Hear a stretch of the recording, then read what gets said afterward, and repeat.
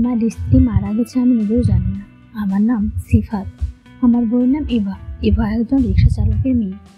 আমার বাবা ডাক্তার, প্রেমে বিয়ে আমাদের। আমি এবং ইভা একই সাথে মাস্টার্স শেষ করেছি। তার আগে থেকে সম্পর্ক। প্রথম যেদিন বাবা মাকে বলি আমি ইভাকে বিয়ে করতে চাই, তোমরা বিয়ের প্রস্তাব পাঠাও, তখন মা বলে বিয়ের প্রস্তাব তো দূরের কথা, ওই রিক্সাওয়ালার মেয়ে, আমার বাড়িতে কোনো জায়গা নেই। আচ্ছা, রিক্সা চালকরা কি মানুষ না? 7 বছরের সম্পর্ক আমাদের, বিয়ে তো করতেই হবে। অবশেষে একাই কোটি বিয়ে করে বাড়ি নিয়ে এলাম ইভাকে। আমার মা মেনে নেবে না, ঘরে ঢুকতে দেবে না। আমার দাদি বিয়েতে রাজি বলে কোনো মতে বাড়িতে ঢুকতে পারল। বাবা মাকে থামালো। পরের দিন সকালে একসাথে খাবার টেবিলে মা ইভাকে আমাদের সাথে বসে খেতে দিল না। দাদি মায়ের কথায় প্রতিবাদ করলে মা দাদির সাথে খারাপ আচরণ করলো বলে দাদি চুপ হয়ে গেল। ইভা যখন একসাথে খেতেই পারবে না, তখন আমিও না খেয়ে উঠে গেলাম আর দুজনে খাবার রুমে নিয়ে গেলাম। তখনই মা চিৎকার করতে লাগলো, দেখ দেখ, পেটে আমি রাখলাম আর এক্ষুনি গোলামি করছে বউয়ের। দুধ কলা দিয়ে কাল সাপুরে বসেছি আমি। বিয়ের 5 মাস পর আমি একটা জব পেলাম। বিয়ের 5 মাসে আমার সামনে মা ইভাকে কতই না বাজে কথা বলেছে। বেচারি কখনো একটা কথাও বলেনি। আমার জবটা হয় ঢাকার বাইরে চাটিং, আমাকে সেখানে থাকতে হবে। মাসে 2 বার বাড়িতে আসতে পারতাম। বউকে নিয়ে যাওয়ার মতো অবস্থা এখনো হয়নি। উনি কথা বলেন, ইভা আমাকে বুঝতেই দিত না মা ওর উপর কত অত্যাচার করে। আমি বাড়ি এলে দাদি সব বলতো আমাকে। এভাবে চললো বিয়ের 2 বছর। বেতন বাড়ছে না, নিজের কোনো মতে অজানা জায়গায় থাকি, বউকে কীভাবে নিয়ে যাব? 1 বছর আগে ইভার বাবাও মারা গেছে। ওর মা 12 বছর বয়সে মারা গেছে। ওর এখন আমি ছাড়া আর কেউ নেই। আমার মা এবার সাথে আমাকে ডিভোর্স দিতে চায়, কতই না বাহানা তারা, কিন্তু আমি ওকে ডিভোর্স কখনোই দেব না। ভেবেই রেখেছি বেতনটা বাড়লে বাচ্চা নেব।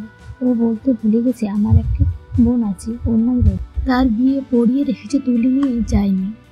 মাঝে মধ্যে রাতে দেখতাম রাত ইভার ফোন ওয়েটিংয়ে। আমি রোভাকে পরে জিজ্ঞেস করে রেখেছি কার সাথে কথা বলছিল এত রাতে। ইভা বলল রোজার ফোন নষ্ট, তাই আমার ফোন নিয়ে রোজা ওর বোরের সাথে কথা বলছে। এইভাবে টানা 12টা দিন ওয়েটিং পেলাম। রোজ ইভা বলে রোজা কথা বলছে। আমি এই 12টা দিনে রোজাকে কখনো জিজ্ঞেস করতে যে আসলে কি রোজা ইভার ফোনে কথা বলছে কিনা, কারণ আমি ইভাকে বিশ্বাস করি। হঠাৎ একদিন মা বলল, বাবা তুই সারা রাত এভাবে বউয়ের সাথে কথা বলিস না, শরীর খারাপ হবে, সকালে অফিসে যাবি কিভাবে সারা রাত জাগলে? আমি বললাম, কই, আমি তো রাতে ইভার সাথে তেমন কথা বলি না। মা বলল, কি বলিস, তোর বউ তো সারা রাত কার সাথে কথা বলে, আমি নিজে শুনেছি। আমি মাকে বললাম, ইভা তো বলল ইভার ফোনে রোজা ওর বউর সাথে কথা বলি, রোজা ফোন নাকি নষ্ট। রোজা তখন বলে, কই ভাইয়া, আমি ফোনটা তো নষ্ট না, আর আমি কখনোই ভাবির ফোন নিয়ে কারোর সাথে কথা বলিনি। আমি বাড়ি আসি, ইভাকে বললে ইভা কেঁদে আমার পায়ে ধরে বলে, বিশ্বাস করো আমি মিথ্যা বলছি না, আমি কারোর সাথে কথা বলিনি। আমার ফোন রোজার কথা বলছিল এতদিন। আমাকে রোজা বলেছিল ওর ফোন নষ্ট, তোমার মা বই মিথ্যা বলছে। হাজার হলেও মায়ের ছেলে, মা বোনের কথায় বিশ্বাস করে ইভাকে চড়মার। মা বলে, ও আমার ছেলেকে দিয়ে তোমার মন ভরে না, কয়টা লাগে তোমার? কার সাথে সারা রাত কথা বলে আমার মেয়ের নাম করো? এভাবে দূরত্ব তৈরি হয় মা বোনের কথায় ইভার সাথে। মা এতটাও বলে রোজা বিকেলে নাকি ইভা বাইরে যেত, সন্ধ্যায় ফিরত, অবশেষে ডিভোর্স হয়ে যায়। দাদিও আটকাতে পারল না, আমি চিটাং চলে যাই। ডিভোর্সের আগে একবার ভাবিনি এবার তো আমি ছাড়া কেউ নেই, এবার কোথায় যাবে আমি ছাড়া। ডিভোর্সের পর বাবা মা দাদি বোন সবাই মিলে চিটাং চলে আসে আমার কাছে। সেখানে একটি বড় বাসা ভাড়া নেই বাবা। বাসা ভাড়ার টাকা বাবাই দেয়, কারণ আমার বেতন তেমন বাড়েনি এখন।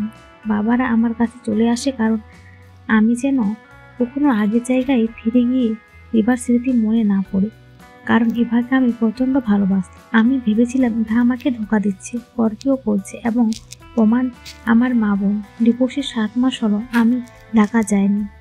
ইভা কোথায় আছে, কেমন আছে কোনো খোঁজ নিইনি। আমি আমার সব পুরনো সিম বদলে নতুন সিম নিয়েছি। সব পুরনো বন্ধুদের সাথে যোগাযোগ বন্ধ করে দিই। কারণ আমার বন্ধুরা এবারও বন্ধু ছিল, যেহেতু আমরা সবাই একই ভার্সিটি ছিলাম।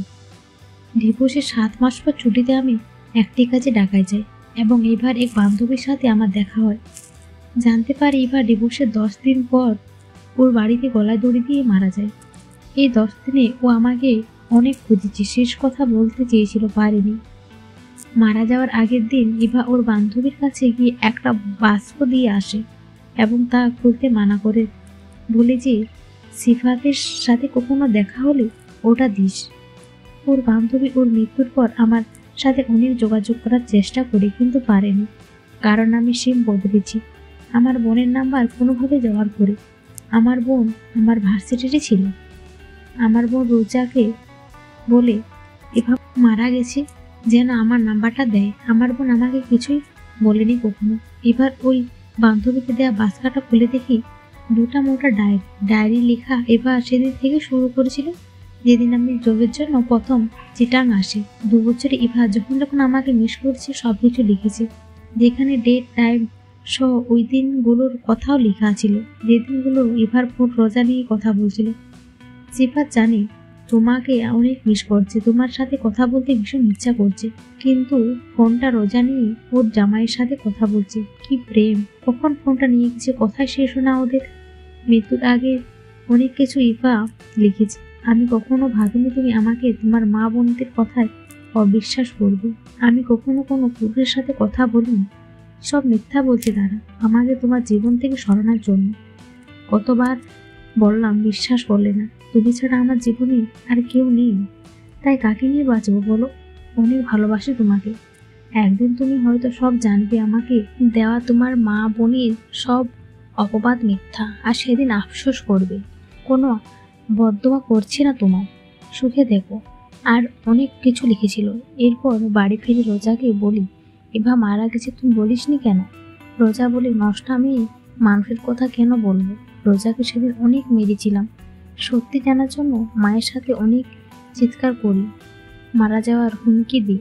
এরপর মা বলে, হ্যাঁ, এইভাবে দেওয়া সব অপবাদ মিথ্যা, কেননা সে কখনো একটা রিক্সাওয়ালার মেয়ের সাথে তার একমাত্র ছেলের বিয়ে মানতে পারে না। সবাই বলে না, ছেলের মারা খারাপ হয় না।